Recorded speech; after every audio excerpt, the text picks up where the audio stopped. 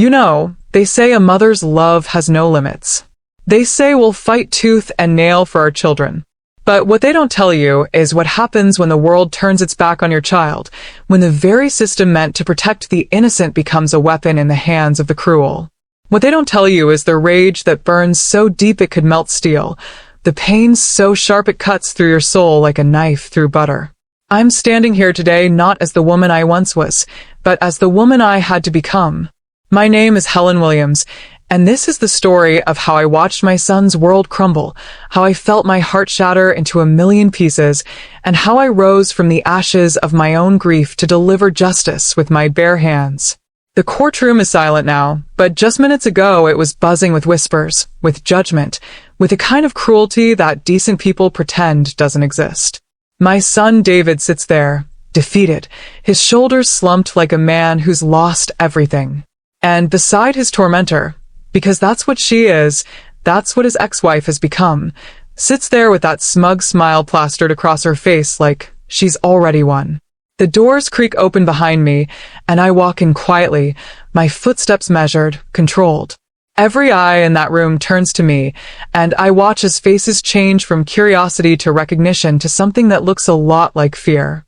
The judge, Judge Morrison, a man I once respected, drops his pen, and his face goes white as a sheet. Mrs. Williams, is that really you? The gasp that ripples through the courtroom sounds like the last breath of hope itself.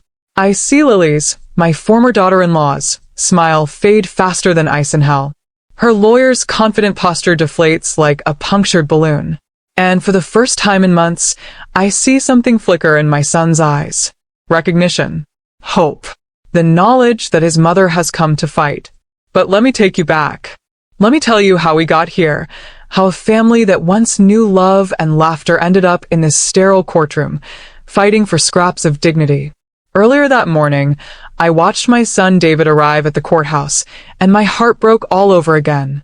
This man, my baby boy who once built tree houses with his bare hands, who could fix anything that was broken, now walks with a cane. Each step is deliberate, painful, a reminder of the accident that changed everything. The accident that revealed the true nature of the woman he married. Lily steps out of her luxury car, paid for with money that should have gone to their daughter's college fund, dressed in designer clothes that cost more than most people make in a month. She saunters up to David, her heels clicking against the pavement like the countdown to an execution. I'm hidden in the shadows, clutching an old case file, watching as she leans in close to my son and whispers poison in his ear. You'll leave with nothing, David. Nothing. A crippled man can't provide for anyone. The venom in her voice, the casual cruelty. It takes everything I have not to march over there and show her what this old woman can do. Her lawyer, a snake in an expensive suit, chuckles and adds his own brand of mockery. Face it, David, you're damaged goods. No judge will give you custody when you can barely take care of yourself. Damaged goods. My son, the man who worked 3 jobs to build their home with his own hands. The man who never missed a parent-teacher conference, who taught his daughter to ride a bike, who read her bedtime stories every single night. Damaged goods. The rage builds in my chest like a pressure cooker about to explode, but I force myself to stay hidden, to wait, to watch. Justice requires patience, and I've learned to be very, very patient. You want to know how I got here? You want to understand the fire that burns in my chest every time I think about what they've done to my family? Let me paint you a picture of the woman I used to be, before life taught me that sometimes love isn't enough. 25 years ago, I lost my husband. Not to death. That would have been kinder. I lost him to a woman with deeper pockets and fewer morals. One day, he was kissing me goodbye, promising to pick up milk on his way home from work.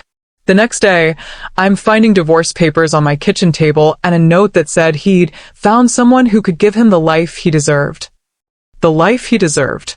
As if our life together, our struggles, our dreams meant nothing. As if I meant nothing. But you know what the real kick in the teeth was? He left me with our 5-year-old son and a mountain of debt I didn't even know existed. While he was playing house with his new sugar mama, I was working double shifts at the diner, going to night school, studying law by candlelight because the electricity had been shut off again. I sold my wedding ring. the one I'd cherished for years, to pay for David's school supplies. I sold my grandmother's china to keep the lights on. I sold everything I owned that had any value, everything except my pride and my determination to give my son a better life than the one his father had abandoned us to. Those were dark days, days when I questioned everything, when I wondered if I was strong enough to do this alone. But every morning, I'd look at David's sleeping face, and I'd find the strength to get up and fight another day. Every report card, every little league game, every scraped knee and broken heart, I was there. I was always there. When David graduated from college with honors, I cried tears of joy that I thought would never stop. This brilliant, beautiful man was my son, my achievement, my proof that love can conquer anything. When he told me he was going to build a house with his own hands, I knew he'd do it. When he brought Lily home and told me he was going to marry her, I thought my heart would burst with happiness. Lily seemed perfect for him. Sweet, loving, supportive. She'd sit at my kitchen table and help me plan their wedding, talking about the children they'd have, the life they'd build together.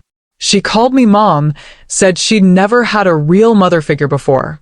I opened my heart to her, welcomed her into our family, like she was my own blood. Their wedding day was one of the happiest of my life. Seeing David in his tuxedo, standing at that altar with tears in his eyes as Lily walked down the aisle, it felt like all the pain, all the struggle, had been worth it. My son had found love, real love, the kind that lasts forever. When my granddaughter Emma was born, I thought I knew what joy was. But holding that tiny, perfect baby, seeing David become a father, watching Lily bloom into motherhood, that was pure magic. For 5 beautiful years, we were a family. A real family. The kind I'd dreamed of since David was small. David worked construction during the day and took night classes to become a contractor. He wanted to build homes for other families, wanted to create the stability he never had as a child. Lily worked part-time at a boutique and spent her afternoons with Emma, teaching her to read, taking her to the park, being the kind of mother every child deserves. And then came that phone call, the one that changes everything, the one that splits your life into before and after. Mrs. Williams, there's been an accident. A drunk driver. A man who'd had too much to drink at a company party, who thought he could make it home without consequences. He slammed into David's truck at 60 miles an hour, crushing my son's lower spine, stealing his mobility, changing everything we thought we knew about our future. For 6 months, David fought to walk again. 6 months of physical therapy, of hope and setbacks, of learning to navigate a world that suddenly felt hostile and unforgiving. I was there every day, holding his hand through the pain, cheering his small victories, crying with him through the defeats. And Lily? At first, she seemed to be holding up well. She'd sit by his bedside, reading to him, bringing Emma for visits. She talked about adapting the house, about making things work. I thought she was being strong for him, being the woman he'd fallen in love with. But then the changes started. Subtle at first. She'd arrive late to therapy sessions, always with some excuse.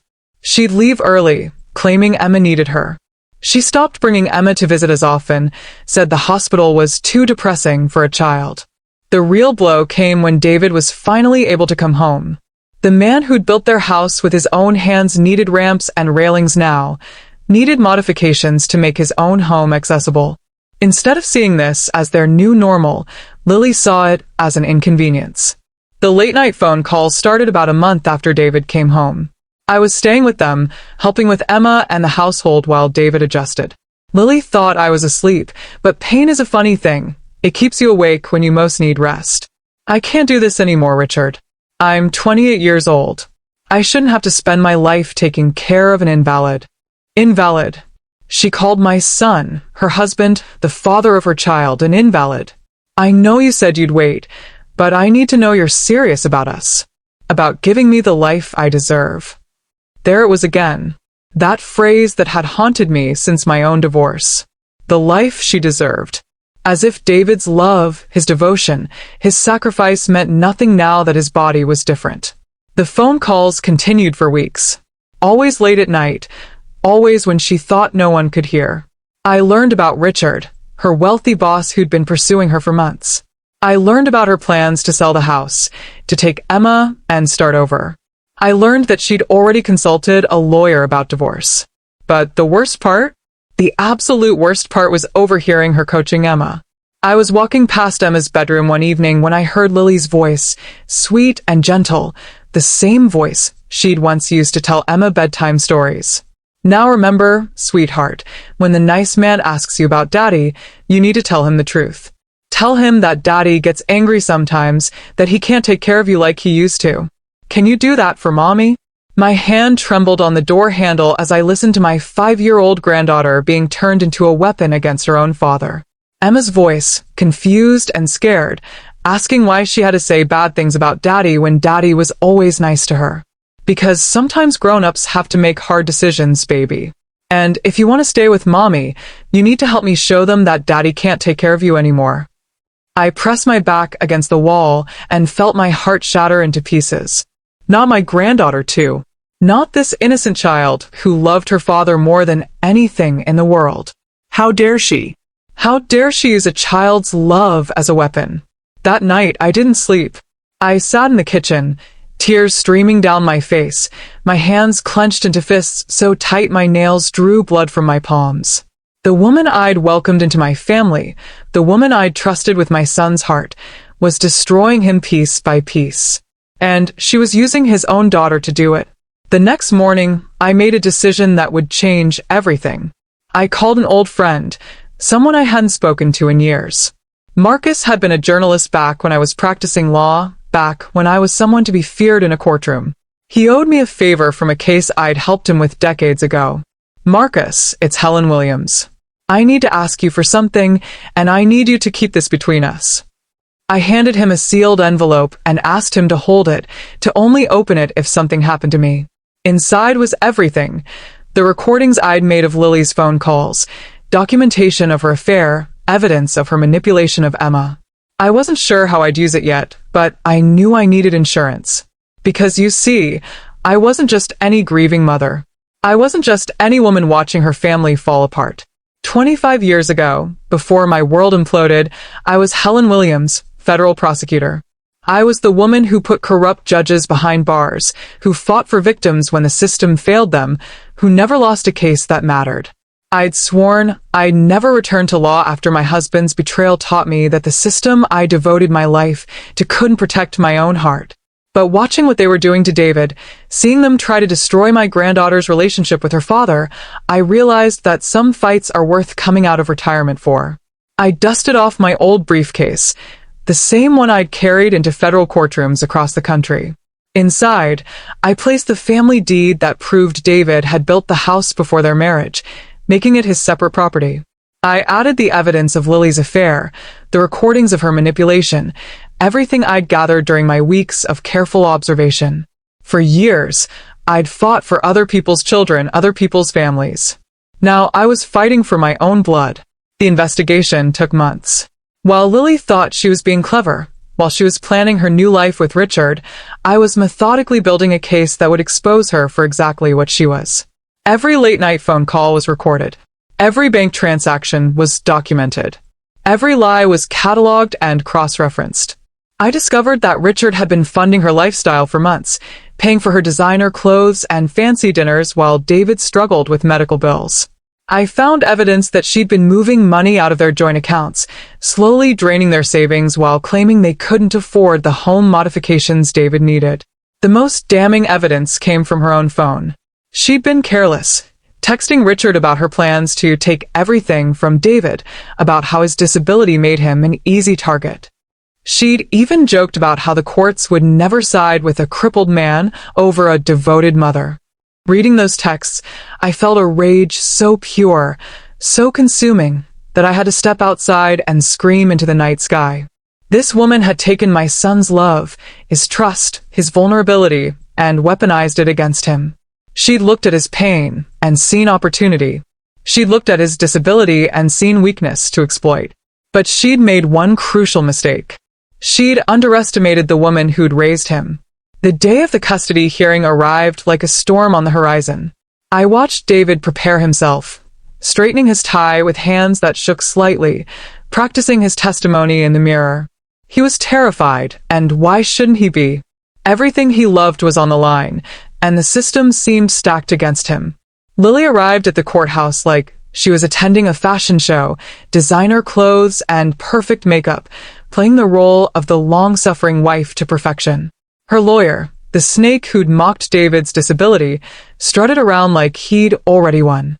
I stayed in the shadows, watching, waiting, my briefcase heavy with justice in my hands. The hearing began, and it was everything I'd feared it would be. Lily's lawyer painted David as a burden, a man whose disability made him unfit to care for a child. He talked about David's limitations, his dependence, his inability to provide the kind of life Emma deserved. And Lily? She played her part perfectly. Tears on cue, talking about how much she loved David but how his condition had changed him, made him angry and unpredictable.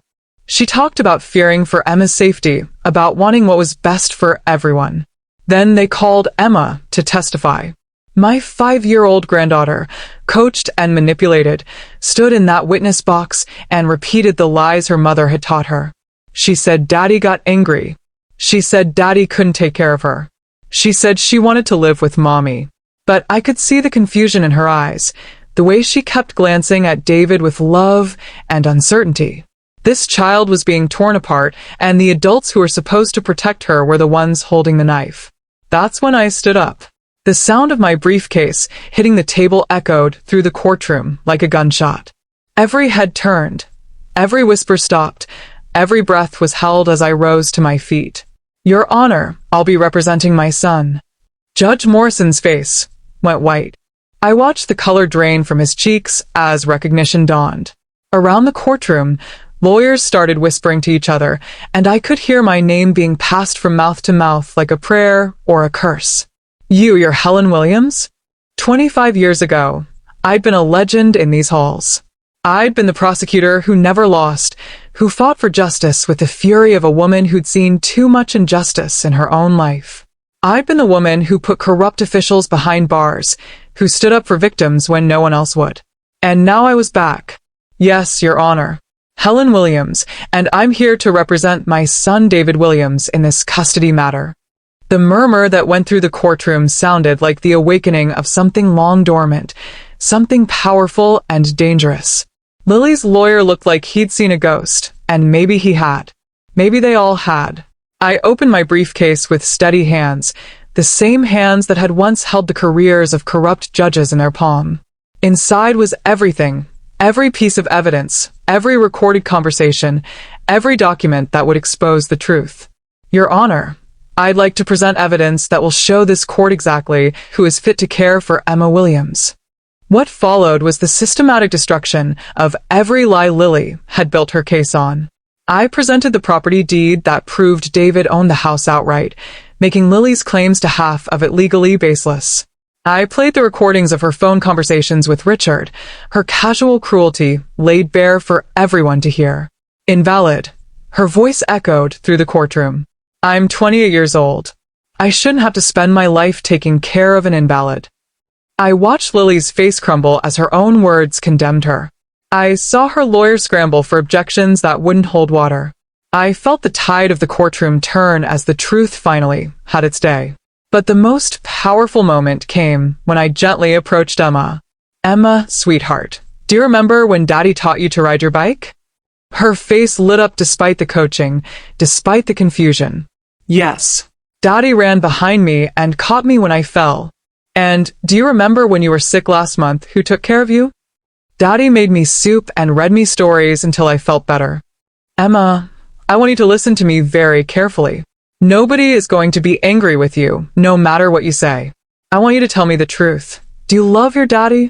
The tears that ran down Emma's face were real, not the coached performance her mother had orchestrated. Yes, I love Daddy so much. I don't want to say mean things about him. Mommy said I had to, but I don't want to.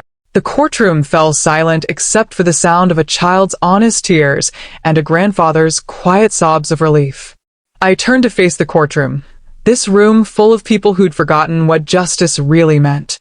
Your Honor, When the law forgets compassion, it stops being justice. My son may walk with a cane, but his heart still stands tall. He may need assistance with some physical tasks, but his love for his daughter is stronger than any of us in this room.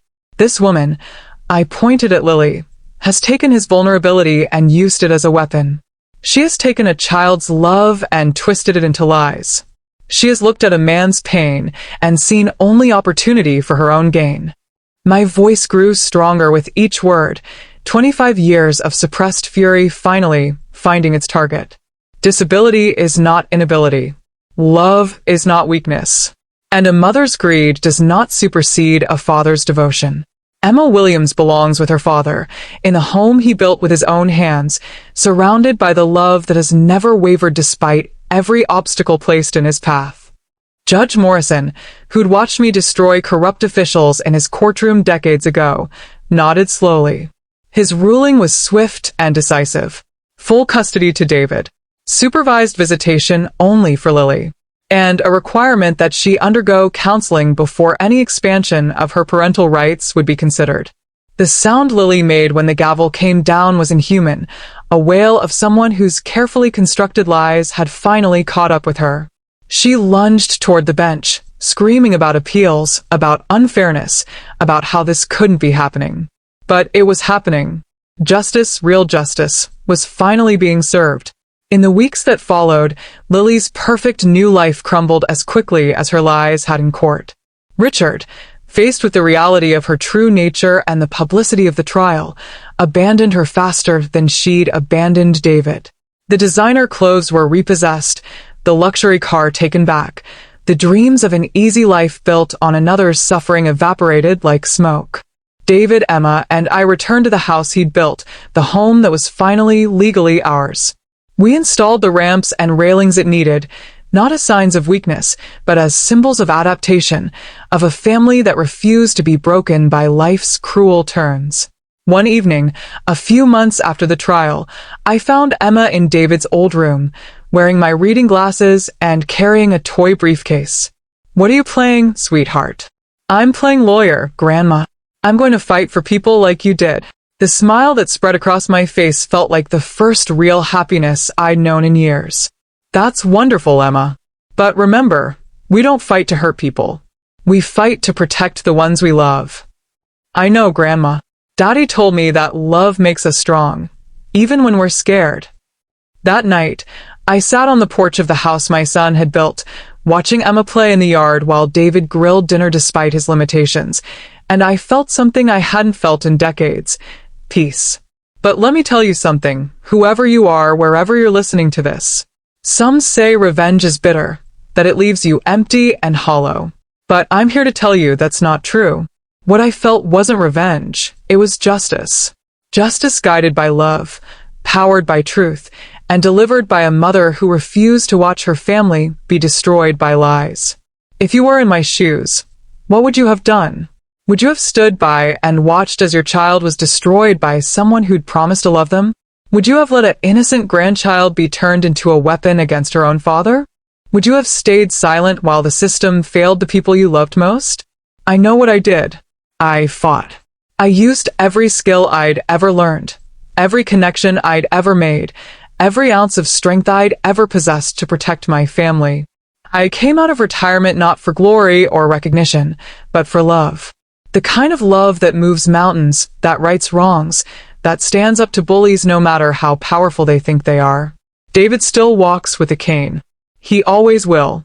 But he walks with dignity now, with his daughter's hand in his, with the knowledge that he's loved and protected and valued for exactly who he is. Emma is growing up strong and smart and surrounded by love that never wavers, never judges, never gives up. And me? I'm back to being just a grandmother, just a mother, just a woman who loves her family enough to fight for them. But I carry my briefcase a little differently now, and when people hear my name in certain circles, they remember that some sleeping giants are best left undisturbed. Justice may take time, but it never disappears. Love may be tested, but it never breaks. And a mother's protection? That's the most powerful force in any courtroom, any fight, any battle worth waging. So tell me, Where are you listening from?